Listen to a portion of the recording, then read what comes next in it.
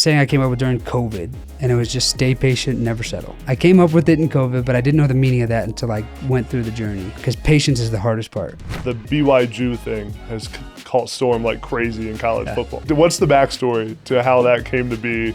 So yeah, it almost didn't happen. He calls me, he's like, bro, I don't think you can say that.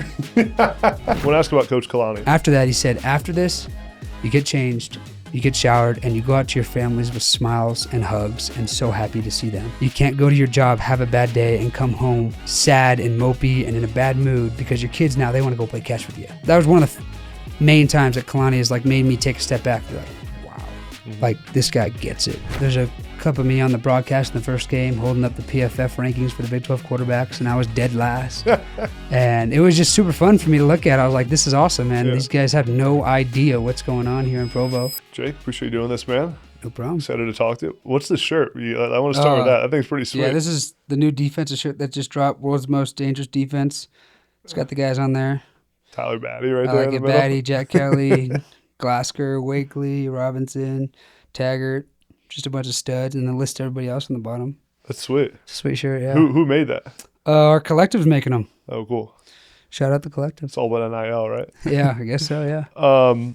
You've really taken off over the past year, huh? I mean, your life has changed a lot. And a year from now, a year ago today, it was a lot different than it is now, that's for sure. Yeah, well, that's what I want to – I mean, what's changed the most from a year ago today to now? Like, in what way has your life been impacted the most?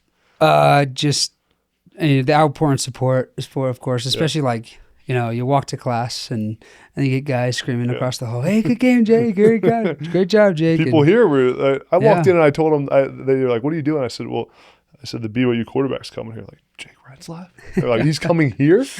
Yeah, it's cool. It's cool. The support's awesome, man. So much positivity around the program. It's great. Yeah. We'll start with this season, then I want to backtrack to like the start of your career a little bit. But I mean, you guys are having so much success. We're filming this on your bye week. You guys are 8-0, number 9 in AP poll, I think I just saw. What is it about this season that is different from last year? The way this team has come together is unbelievable. Just the group of guys and the way it's hard to describe, just the way that we have come together. Like last year, I'd say the biggest difference last year we had 50, 60 new guys on the roster for that last season who weren't there the year before. This year's a lot different. We have new faces for sure, but it's not that drastic. And it is really like the core of this team is the core of this team. The brotherhood in this team is second to none. Man, it's hard to explain unless you're a part of it, to be honest with you. But you can call it team chemistry, but it is second to none. The guys care. Is there a moment during maybe training camp or this season where you're like, man, I think our team's actually pretty good. Like we're gonna be really good this season? I think it was honestly early in the offseason. Yeah. It was starting with winter workouts. Like our strength coaches had us dialed in, and then heading into spring ball is when it really showed up. You know, when you're winter workouts, anybody can talk crap about anything. It's like, it's just workouts. It's not football yet. And once spring ball hit, that's when that's when the big dogs eat and the little dogs kind of hide in the corner and wait away like they do. And so it was fun to see that. It was fun to see the young freshmen who came in with a chip on their shoulder. And then they went out in spring ball and played well. And it was like they backed up the talk a little bit. But like seeing that, man, it was the urgency in the offseason was second to none. Just coming off of the last stretch of the season, man, we were kind of pissed off about it. You know what I mean? It was like the way it ended, came up short of a bowl game and stuff like that. And so it wasn't fun. When everybody else was going to a bowl game, we were sitting at home. And so our offseason attention to detail and the way we attacked it was unbelievable. Yeah. When watching you play this season, even as the games have gone on, you've clearly just gotten just more confident in every game. Like, and you're playing with so much swagger right now and like so much confidence out there. Was there a moment for you personally this season where things clicked a little bit and you're like, man, like I can dominate the Big 12? Yeah, I mean, I think it was, like I said, it all started in the offseason getting with these guys. I mean, it started in spring ball is when it began for me. Like it had marked a year in this offense. And that just makes a huge difference. And like I said, having the new guys that we did last year and having them all have a year under their belt in this offense, it changes the game. You're not just trying to complete an assignment anymore. It's how you're going to complete an assignment that's going to best benefit the team, best benefit the play.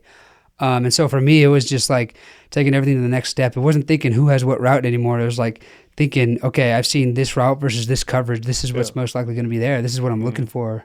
Yeah. You know what I mean? And so I just felt like I was a step ahead of where I was the year prior. And so like I just kept building off of that and learning and growing. And then in fall camp, we started to dial it in and became a good football team. Yeah, I always say with quarterbacks, there's a difference between when you're in the game and like you're just waiting for a play to get called versus when you almost can like anticipate what's about to get called and you know why it's getting called. Yeah. You kind of feel like you're there now. And, for sure. I mean, there's times in this last game where Coach A-Rod would start the play in my helmet and I would finish it as he's saying it. I know exactly what he's saying. I know what we're looking for. Yeah. I know what the keys are. Yeah. When you're reading the play off of your wristband, sometimes you already know the second half and you know the checks, right, before you're done reading it. And so it was cool. I mean, sometimes I'm trying to call the play in the huddle and he's saying it for a second and third time. And I'm like, I got it. I'm good. I'm good. It's just noise. It's in the way. But yeah, I mean, that's where I feel like a lot of these guys in this offense are. And like, I don't think that's just me at my position group. I think that's the receivers are doing that, the running backs, the tight ends, the O-line. Like they're all dialed in on that. They know when they hear personnels, they know what 3 plays are coming. You know what I mean? And so it's cool to see how everybody's dialed in that way. You just mentioned the helmet communication. It's such a big new rule in college football this season. How has it impacted you the most? Has it been – the media has made it a big thing. Has it changed as much as the media thinks it's changed? It helps just kick things off faster, I would say. You know what I mean? Instead of having A-Rod have to signal, like say it to the signalers and then the signal it in, like that middleman's removed, and so things are happening a little faster. But it's been fun to find the balance of like what I like to hear versus what I don't like to hear. Like like I said, there's sometimes games where I'm like, all right, I got it. I know what the play is. Like stop talking, coach. I got it. And then there's also times where it's like, all right, I like this. You know what I mean? He's saying too high. We like this route. You know this and that. And the little reminders are good too. Especially like in situations, clock management stuff, all this stuff. Here, I mean, I remember a few plays. From last game, it was, hey, don't take a sack here. Yeah. We're, on the edge of field goal range. Yeah. And it's 2nd and long. Like, we're going to be okay. We can get a field goal. We got points here. Yeah. You know what I mean? Or 3rd and long, we got points here. Are they ever giving you the go number on 4th down? They are. Yeah, so we call it the magic number. Yeah. And that's one of my favorite parts about it because we used to signal it from the sidelines from a guy who wasn't part of the signal operation. So it's kind of like I'd have to take another second to look away. And a lot of times I wasn't getting it, to be honest with you. Yeah. And so, or we weren't signaling or something. So to be able to get it, the magic number has been great because it's like, okay, it's 3rd and 4. Yeah. The magic number is 7 because we're, in that middle of the field. Mm-hmm. And like, I don't need to force a throw downfield to get the first down here. I can actually throw an incomplete pass and we're going to go for it on 4th down. We're confident in the next play call. Yeah. For the fans that are listening, the magic number is telling the quarterback, the offensive coordinator, at what yardage you will go for it on 4th down. Yeah. So like the magic number would be like 4th and 5 or less, you'll go for it. Yep. And then you got to get the 4th and 5 and you got another play. So pretty cool. One of my favorite parts of your story is just how it wasn't always easy during your college career. I mean, you're a junior college, community college guy. That's a grind, right? Yeah. In itself. No doubt. Under-recruited. Let's take me back to your high school recruiting process and kind of the journey of then how you got to BYU. So, like, take us through kind of step-by-step there, what that journey looked like and what all entailed to get you to this spot right now. Yeah, it's definitely a long journey in high school. So I went to Corona Centennial, which is a powerhouse school in Southern California. It's always rivaling the modern day Boscos. Yep. And there was a stretch there where they won state 4 years in a row. And so we were a good program. My issue was I was going into my junior year, which is a big recruiting year. I was going in behind 2 returning starters who were splitting time, 2 seniors. So as I was a junior, they were seniors, so I didn't have a lot of time. Did they play college football? Well, one was committed to Azusa Pacific. Went to Azusa Pacific. They dropped their program before he ever got to play a game. The other one bounced around JUCOs, and I don't know where he ended up. But they went places. It did. I don't know. They didn't obviously pan out because of some unfortunate event. Dropping a program. It's hard to see that in the future. But in that year, I kind of burst onto the scenes because we were playing against Mater Dei, number 1 in the country. I was actually playing against my teammate now, Cody Epps. Yeah. He was on the other side of that game, and Bryce Young was on the other side of that game. And we go down big, and at the end of the third quarter, we can't move the ball on offense. We got 0 on the board. At the end of the third quarter, Coach Logan, the head coach there, he says, "Hey, Jake, you're up." And he's the offensive coordinator, the head coach. He calls plays and all that stuff. And so I was like, all right, let's do it. And so we drove down the field twice and scored 2 touchdowns against their ones. They were looking forward to shutting us out. Yeah. That was kind of getting my foot in the door. And so we ended up rotating 3 quarterbacks my junior year of high school, which it's hard to get recruited, rotating 3 quarterbacks. And so after that year, we ended up losing in the semis to DJ and St. John Bosco. Then going to that offseason, it's like, all right, sweet. Now it's just me. I get to run the show, the only quarterback and the senior quarterback, and then COVID hits. Yeah. And COVID hit that spring, and in California it was really strict. It was there was no football until the spring. Then it was only 5 games, your league play. There was no tournament, nothing like that. And so by the time it's spring ball, college coaches already had their teams. Plus COVID, everybody got a year back. Yeah. So the way I explain it is basically the 2021 class and the 2020 high school graduating class combined. Combined into one, yeah. Because we didn't get a high school year back, but they got their college year back. And so after that, there was no recruitment. I was actually, my head coach, being a prominent head coach, had some connections and tried to pull strings and get me a walk-on job at a walk-on spot at Northern Arizona University, NAU. Couldn't get that done. And so JUCO was the play. I ended up going to Golden. That right now, probably. Possibly. And I'm going to junior college, Golden West College, where the offensive coordinator was a guy who my dad coached in college, and then they coached for a little bit at the junior college ranks, and so it was a easy fit. Known that guy since I was little. He would throw with me on the sidelines because he was an offensive quarterback guy, and so I'd go to their practices and try to get him to throw with me before practices and stuff like that. And so great relationship with Coach John Shipp. Played there. There was traditionally a 6-5 program. They'd go and win like a bowl game, a junior college bowl game every year, basically, like just on the bubble there. And then I came in at a great time. Like the defense had a lot of returners, a lot of guys. Everything started clicking, and we ended up going 10-0 in the regular season. Ended up going to the SoCal championship game and losing to Riverside City College. Out of there, I got 3 offers. Hawaii, whose coach got fired when I was on a visit to UTEP. On the visit? Oh. While I was on the visit to UTEP. You got it. Yeah, while I was on the visit to UTEP. UTEP was the other offer, and New Mexico State was the third offer. New Mexico State, this is when they were 1-11. That was the big rebuild time, and that's when they kind of turned around the program really fast, obviously, there. And so UTEP, who was 7-5, looked a lot like Golden West to me. It looked a lot like the team that could have been a quarterback away from being a really good team. And Coach Dimmel was there, and he was a good dude and everything, and I ended up committing there to UTEP.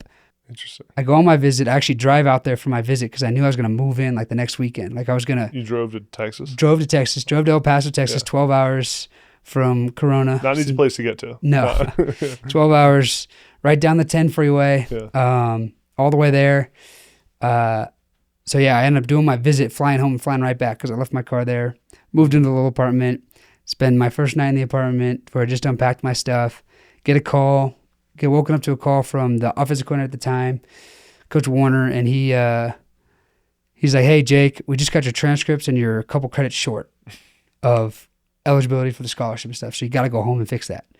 And so that was hard because obviously everything I went through at that point. Then I had to pack all the stuff I just unpacked, throw it back in the car, and then drive another 12 hours home, which was probably the most miserable drive of my life, all 12 hours of it. Solo? Yeah, by myself. My parents had gone home by then. Yeah.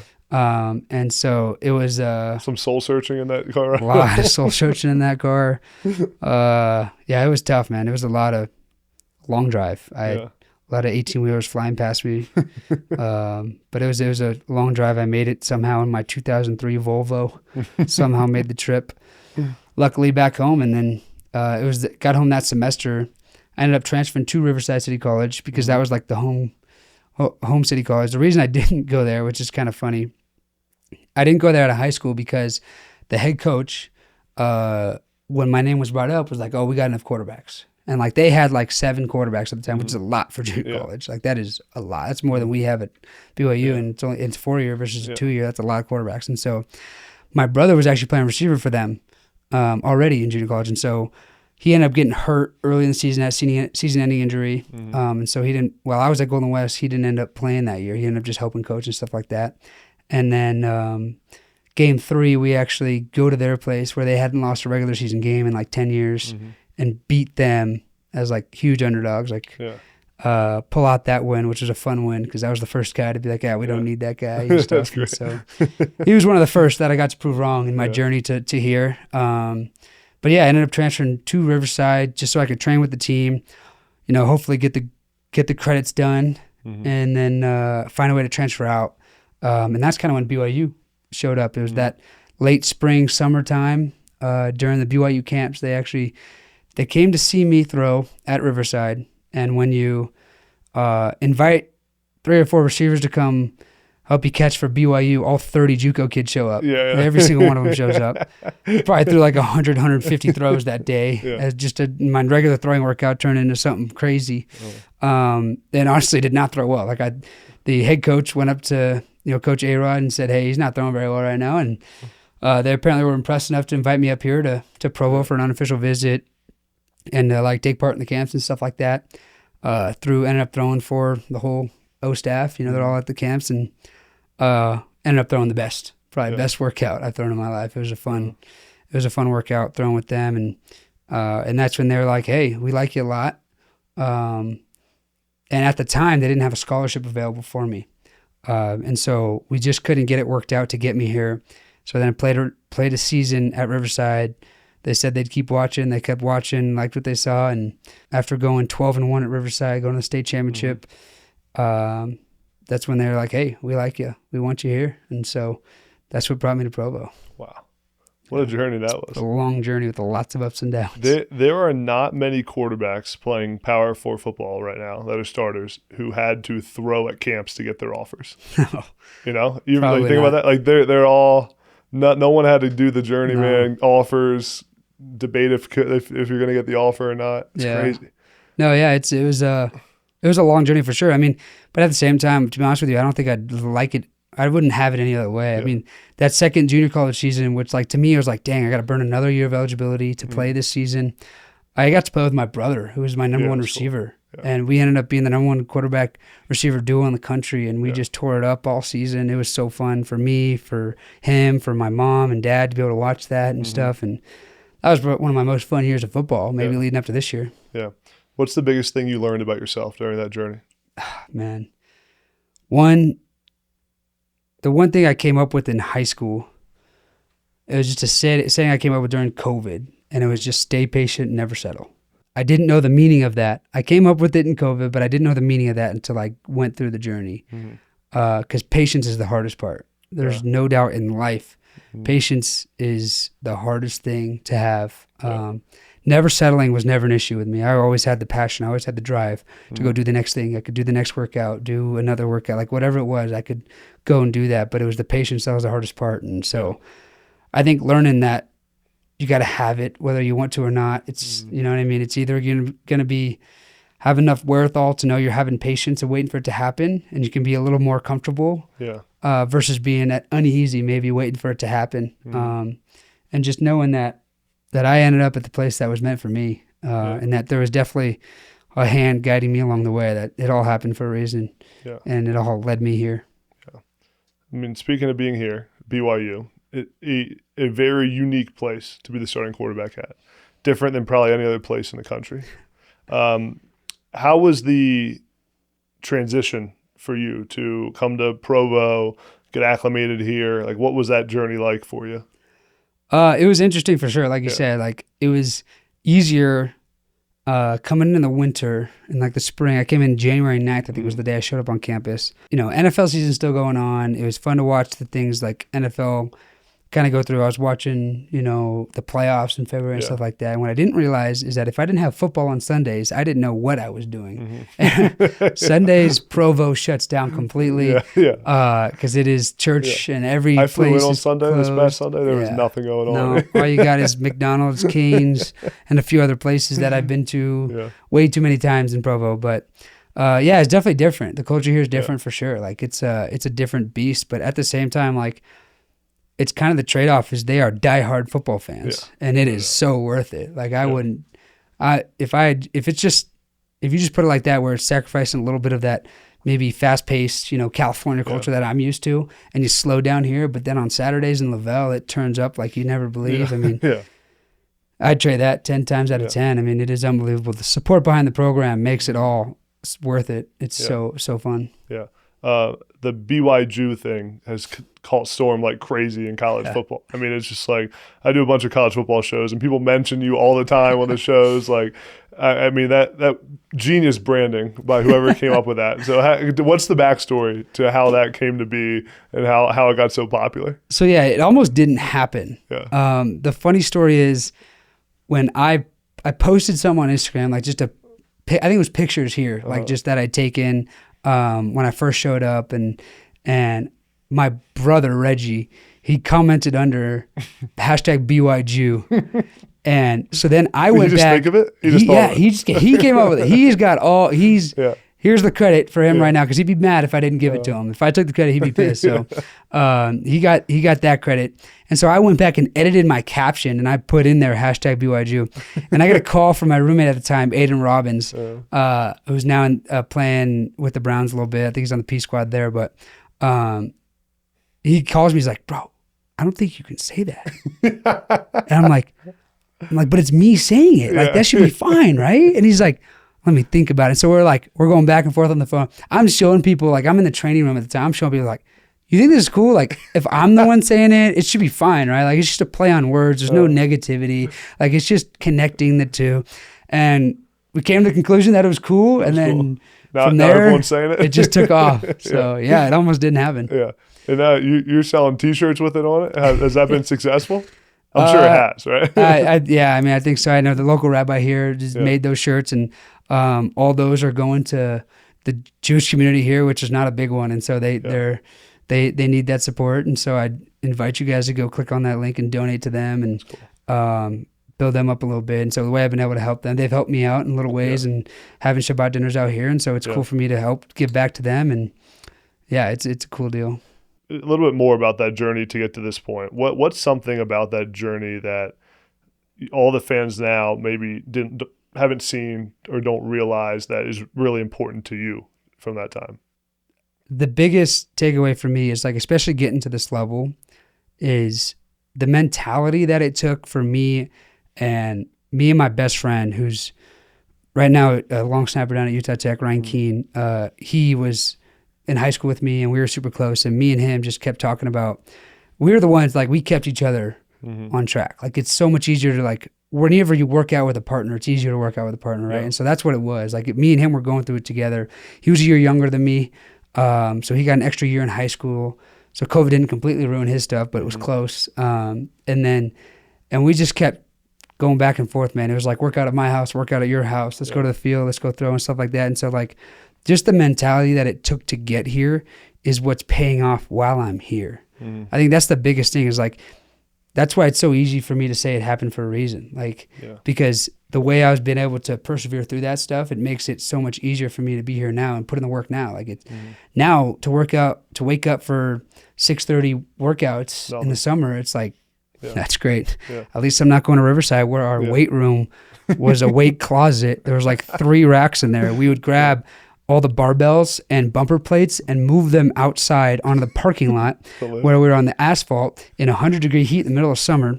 And so the plates wouldn't, like, melt to the asphalt or, like, get broken up on the asphalt. We'd get yoga mats, and yoga mats would be the mats underneath the bumpers when we'd power clean or deadlift or anything like that. And so, yeah, thinking about those summers, it's a lot easier to get up at 5:45 for a 6:30 workout or something like that. Yeah, it's. You were probably shocked when you walk into the BYU facilities. Like, this is what a real weight room looks like.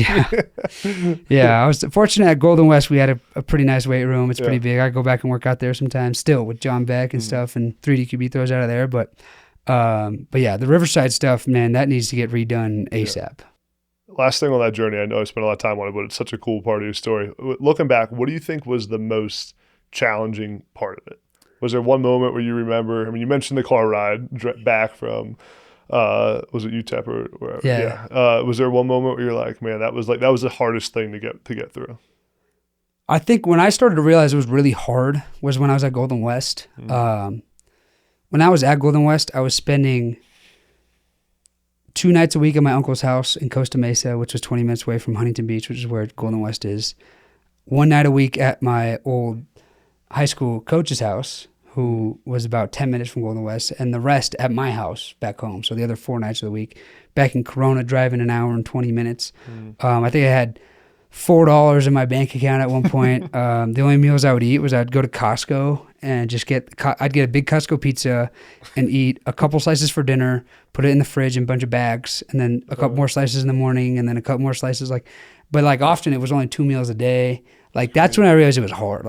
My uncle, had a bunch of work he needed to do around the house, some landscaping stuff and digging things up and stuff like that. And so he ended up striking a deal with me that he'd pay me $15 an hour to just do that stuff. And so I would literally just do random tasks around his backyard. He had a big backyard with a garage and stuff like that. And then he had a front yard too. And so there's a lot of work to be done. Yeah. Luckily that he didn't get done and before that, and so I was doing all that, and so that was how I was paying for the meals and stuff like that. And other than that, I had my dad tried to convince me to ask him for $40 one time, and I was like, I'm not going to do that. I'm not going to ask him. And so my dad actually asked him for me, and I wake up one morning and there's $40 on the dresser in the room I was staying in. And I was like, all right, I guess I'm going to eat a couple meals today at least. And so that's when I knew it was hard. That's when I was that's when you realize this is testing your love for the game. This is testing why you're doing it. You know what I mean? And so, but no matter what, it was going to be harder to quit than it was to keep going. No doubt. I want to ask about Coach Kalani a little bit. What's it been like playing for him, and how has he kind of rallied this team together this season? Coach Kalani is incredible. Yeah. He's one of the greatest mentors I've ever been around. One of the greatest people I've ever been around. The guy. His 20/20 vision all the time. People say hindsight's 20/20. That guy's got it in the moment. It's unbelievable the way he sees things, the way he sees the world. One of my favorite stories about him is this was last year. We started off hot. We ended up beating Arkansas, which is a hard thing to do. And we're doing well. And then we go to Kansas, and we go back and forth with Kansas. A couple turnovers decides the game. And we lose by a couple points. And after the game, guys are emotional in the locker room. It's a tough thing to lose on the road like that after we started pretty hot. And then, guys are emotional in the locker room. There's some tears. There's a lot of hugs and guys rallying together a little bit and coming together. And then Coach Kalani comes up in front of the team and, talks to the team after the game. And he's like, hey, guys, let it out. Feel this feeling because it's something that you need to feel so you can work to avoid this feeling and stuff like that, which every coach says. But what set him apart is when after that, he said, after this, you get changed, you get showered, and you go out to your families with smiles and hugs and so happy to see them. Because at the end of the day, in life, you can't go to your job, have a bad day, and come home sad and mopey and in a bad mood because your kids now, they want to go play catch with you. Yeah. They want to go play with you and stuff like that. And that was one of the main times that Kalani has made me take a step back and be like, wow. This guy gets it.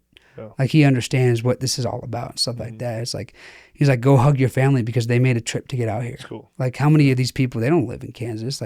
They either flew here, they drove long ways. Be so happy to see them, be so happy they came because cool. In life, you can't let a bad day get you down. You can't change your attitude because things didn't go your way because there's so much more to it than just a football game. You know how many college coaches don't have that mindset. No, right? none of them. That's the one industry that probably isn't like that the most. Yeah, for sure. Even your time at BYU, I last year didn't particularly go well for the team, or for you personally, right? I think we lost a few games last year as a starter. How did you, and I'm sure your journey affected this somewhat, how have you learned to kind of handle criticism from fans or from coaches, anything like that? What's your strategy to handling the outside noise that can be negative at times?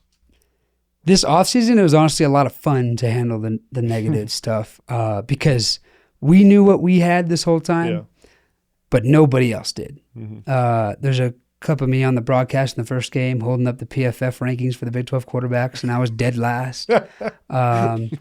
And it was just super fun for me to look at. I was like, this is awesome, man. Yeah. These guys have no idea what's going on here in Provo. They didn't care to do their due diligence, and they just put something up based on last year when this is a totally different team.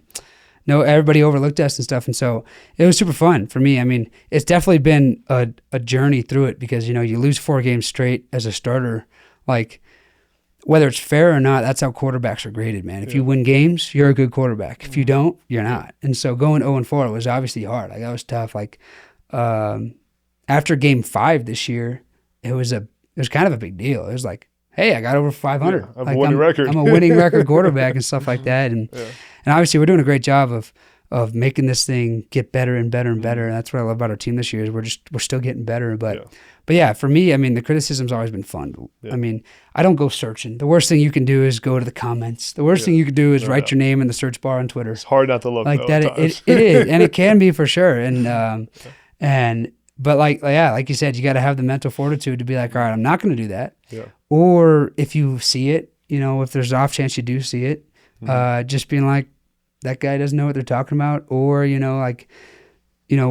I think Mike Tyson had the quote, like, people getting too comfortable behind these screens, tweeting and stuff like that. So what do they actually know? Would they actually say it to your face when there's the threat of you standing in front of them? Probably not. So having that mindset's a good thing too. And just knowing that nobody knows you like you do. So it's listening to the outside noise, not a good thing. And now it's important. It's equally important to not listen to the good stuff. I was just going to say that. Nick Saban calls all of it poison. He calls all of it poison. And it all is. Because you get too high on yourself and you're not going to go play well the next week. You know what I mean? If you don't have the same attention to detail, you're not going to play as good. And so that's equally as important. So I'm glad you said that. I was just thinking, like, if it's very easy to go search your name on Twitter when it's going well. If you want to see what the fans say, but the issue is then you're also going to do it when you're not. It's not going well. You'll listen to it both times. Yeah, you do too much.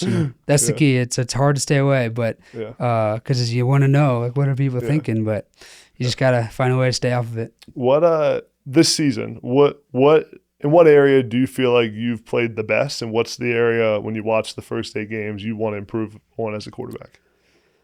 That's a good question, man. The difference between this year and last year is so big in every way, in every position group. But I think that this team, my favorite part about the team right now is that we're getting better every week. And that's a big focus. And I know that's not the question you're asking, but deflect to the team. I like it. It's all the training as quarterback. You're so well media trained. It's for me, I feel like I've done a good job managing the team. And that is, for some reason this offseason, that got such a bad rap, calling a quarterback a game manager. But it is an essential part of the job. Yeah. Like, it is so important to manage everybody, like every ins and outs of it. I mean, there's so many times where it's like, all right, you got to tell the guy, get on the ball. Like, hey, get on the ball. Or tell the guy, get off the ball. You're covering up our tight end who's going out on the route here. Like you got to manage all that stuff. And it's so important at the same time. Like, the quarterback's got to be smart, and he's got to, when things don't go well, he's got to make sure things don't get worse because of that. You know what I mean? And there's been a couple plays this year where it's like things have been breaking down on me, and I'm trying to make a play, trying to do too much, and it bites you sometimes. And that's the fun part about my style of play is you got to find the balance between making those cowboy plays, making those gunslinger plays, and then at the same time throwing the ball away, checking it down, don't turn it over.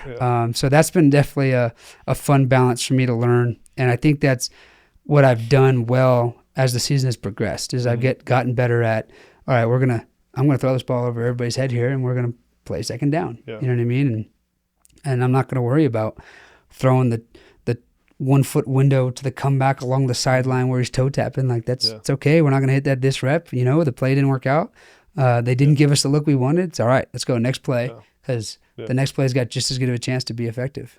Do you have a favorite play from this season that you've made?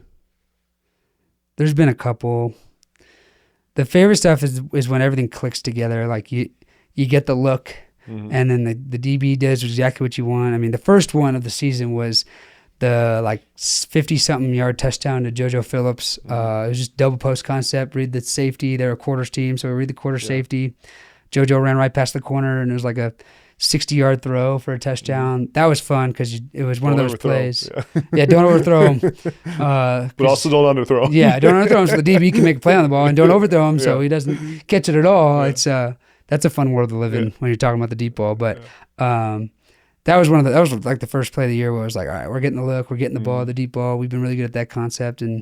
But there's a lot. I mean, there's the throw this weekend, which was kind of funny because there's one of those throws that, like, it's a play that's a staple play in your offense. You run it a lot in camp. In the summer, you rep that route and stuff like that. And the route I ended up hitting was Chase Roberts. It was like a 60-yard touchdown and a half. And it's just like a switch release corner route.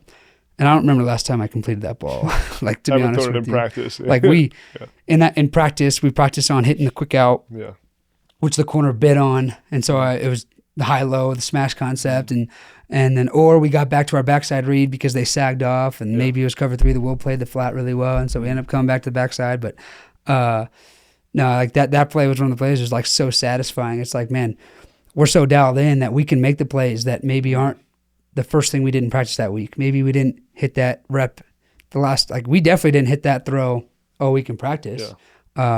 I don't know when we completed the last one of that switch corner, but it's a great play and great design, and Chase made a great play in catching and running. But it's hard to pick out one single play. Like, well, you've made so many. That's yeah, that's fun too. I mean, the rushing touchdowns are always fun too, man. When you get to run it in. I remember Oklahoma State, starting the game fast by scoring a touchdown that first quarter and the first drive when it was a little power read, just pulled the ball, ran right down the middle, ran through an arm tackle to score a touchdown. Those are fun too. Running the ball is a lot of fun. I love running the ball too. So is that your favorite part of the game? Like, do you like running the ball? Honestly, like when they call quarterback read or they call like that those quarterback runs, are you? It's starting to become the favorite part. Like one of my favorite parts of football. Period. Like, it is so satisfying when you can see the blocks. Like I messed around Connor Page, our center, who's hurt right now. I've been the last couple weeks, and we've actually been down to our third string center who's played his tail off. But he jokes that he doesn't think I could draw a single run concept up with the O-line. I'm like, dude, I could draw every single one of them, probably blindfolded against whatever front you want me to run it against. And but like that stems back to my high school days when my Coach Logan was having me draw every single front, how we read everything and stuff like that. And so what's super fun of me is running that Q counter. You talk about one of my favorite plays of the year is probably maybe at Baylor. It was actually 2 runs in a row. One was a scramble. I ended up getting 15 yards, and then they threw me into the bench, so I got 15 more on the penalty. That felt good, probably. It did, except for the bench. Which is funny because they did that a couple weeks prior to Cam Rising, and now he's out for the year. So I get up, run back on the field. We run a sweep pass, and the receiver underthrows the tight end. It was like a little trick play that we got a lot of trick plays, and we're good at them. And so then we get Q counter called with the lead by the running back. And dude, it worked out as perfect as it could. We knew we were going to get a box fit by the D end. Waylon Lepoaho or I think it was him. No, it might have been Austin Lewis. I forget who it was exactly, but one of our right guard comes through and whams the guy perfectly. I watched the tight end pull up for the linebacker. I saw the running back leak out the side and hit the corner, and I ran right around the corner to the end zone. And it was like one of those plays where I was like, dude, I saw it happen in my head. Like pre-snap, I feel like I draw the blocks in my head so I know how it's probably going to work out. Make sure we have the numbers and stuff and who might be a free hitter. And dude, it was perfect, bro. It was one of those plays that just like, man, the reps paid off right here. They were 2 high teams, so the quarterback run game knew we were going to be effective with it. Running the ball is one of the most satisfying parts of the game. And the more I run it this year, the more I understand how a lot of quarterbacks end up being pretty good running backs. Counter plays, that's like the most satisfying scheme when it works out to watch it happen. Like when you get the kick out by the guard, the tight end inside. Then you got the +1 with the running back too. That changes the whole game. Then you don't got to make the corner miss. No, you don't. It's counter. It's counter lead. You know what I mean? Lead, and so you get the sky player, whether it's the corner, the safety trying to make a play in the box. You block him, and now you get a foot race to the end zone. That's exactly what it was. It was very satisfying. Awesome. Last couple of things. Goal for the rest of the season. I'm sure you get that a lot, but what's the North Star for you as a quarterback for this team? What are you guys talking about? I'm probably not going to give you the answer you want to hear, but it's honestly one game at a time. It's getting better every week. It's getting better every week. That is the mindset of champions. That is the mindset of what we got to do to win the next game. It's fun to talk about New Year's, but we're not going to talk about New Year's until New Year's comes. And so even saying it now, like we know, like in the media, it's a trap question. Like it's in the post game conferences, it's like, are you guys thinking about the college football playoffs? Like, no, we're thinking about the next game. Yeah. We're thinking about, we got a bye week this week. We're going to get even healthier than we are. I think we're one of the healthiest teams in college football, which we're very fortunate by, and give a lot of credit to our strength staff and our sports science staff for getting that done for us and helping us out that way. But it's about the next game. And turns out we got the Utes November 9th. So. Yeah. What's the best advice you've received that's stuck with you that you try to apply daily to your life and your career? I got some really good advice from our O-line coach the other day, and it was about like being a quarterback and the difference between being a quarterback who's fighting for your job versus a quarterback who's an established quarterback. And you could say, like, last year I was coming in as the backup for an injury, and so I'm fighting for my job, basically. You know what I mean? I'm trying to perform, and so when something goes wrong, it's like it means a lot to you when you're fighting for your job, whether that's at any position. If something goes wrong, it means a lot, because if something goes wrong, that that's your job's gone. And so early this year, you could say, coming out of quarterback competition, still fighting for my job and stuff. And so getting into the season now where I'm at, it's been cool to hear him, Coach TJ Woods, that guy. He's an O-line genius. He's a great guy, great human being. He came to me the other day. He's like, hey, listen, now you're not fighting for your job, man. Just, if something goes wrong, it's like, so what? Go play the next play. Don't let it bother you and stuff like that. And so that was probably some of the best advice I got this season. It's like, once you become an established quarterback, like it's not that you arrived. It's just that it's the new mindset you let got. it rip a little bit. Yeah, you let it rip. And if it doesn't go your way, it's like, all right, sometimes it doesn't go your way. And now it's time to go do the next play. If you turn the ball over, defense, go get it back. And then once we get it back, we'll do what we got to do in the next play. And so that's probably the most recent best advice I've gotten. I've gotten a lot of good words said to me along the way, especially one that's big is just treating people right all the time.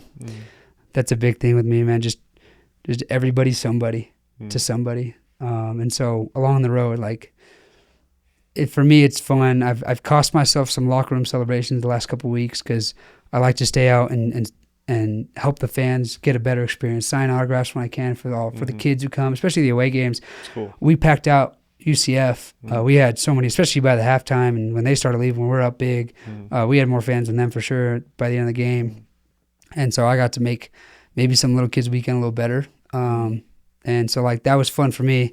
Now it's cost me, like I said, it's cost me a couple of locker room celebrations and stuff like that, but that's something I got to live with. But, just, treating people right every step.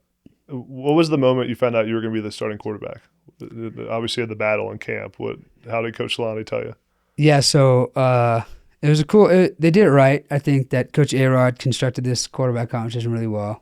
Coach A-Rod's the guy who delivered the news to me. And when I got it, it didn't hit me right away because we were in the grind of camp, and camp was coming to an end. And so, like, people were starting to get the feeling like, it's kind of time, isn't it? You know what I mean? To announce a starter. Of course, we didn't announce anything, I don't think, until I walked out for the starting lineups and start the game. But it took me a while for it to actually hit me. Obviously got to call my mom, call my dad, and be like, hey, it's official, and I won the job, and no matter what we thought before, it's official now. And so it was definitely like, it was really cool for me because, one, you win the starting job, but two, like, I won it against a really good quarterback. Like Gary Bohannon, like, if there was, people saw the way he played at Baylor. People saw the way he played at, South Florida before he hurt his shoulder. And a lot of people thought he wasn't going to play football ever again. Like, the doctors told him, you're probably done for the rest of your career. And that guy's battled back. I mean, he's gotten surgeries, he's gotten treatments and stuff like that. And now he's got still has an arm when he shouldn't. You know what I mean? A torn labrum in the throwing shoulder, a lot of times the season ending, career ending. Always season ending, but career ending for sure. And he battled through that, and he's a really good quarterback, makes a lot of good decisions. And I've learned a lot from him. And so it was a really cool deal. Like, and that guy, I don't think I've met anybody as, put together as a human being as him. I mean, he seems like he's got a lot figured out, but doesn't act like it at the same time. One of the cool guys to be around the locker room. Great dude to chat to on the sidelines always. And just, like, got a lot of love for him. And so to win that job and to know I had his support at the same time, that just made it awesome and made it easy for me to go out there with some confidence. Love it, man. Last question for you. A few years from now, let's say 5 years after your career, when BYU fans and college football fans talk about Jake Retzlaff, what do you want them to say? Just toughness, battled no matter what, ups or downs. It was no matter what, going to get my 100%. I think that's something that I try to put in every game, every single game. I hope that's what I leave on the field is all of it. Yeah. Never want to be that guy who checked out early. That won't be me. As long as I'm, able to, walking and able to, I should say. They carry me off in a stretcher. That's how it goes. It is what it is there. But yeah, just mental toughness, physical toughness. I put it all out on the field no matter what. Hopefully they're calling you a national champion too, right? Hopefully, that'd be awesome. Appreciate it, man. This is awesome. Congrats on the great start to the season. I'm excited to see how the rest of the year goes, and I love your journey. It's a cool story of perseverance, and it's been fun watching you. So I appreciate it. Thanks. Appreciate it, man. Yeah. Thanks for having me.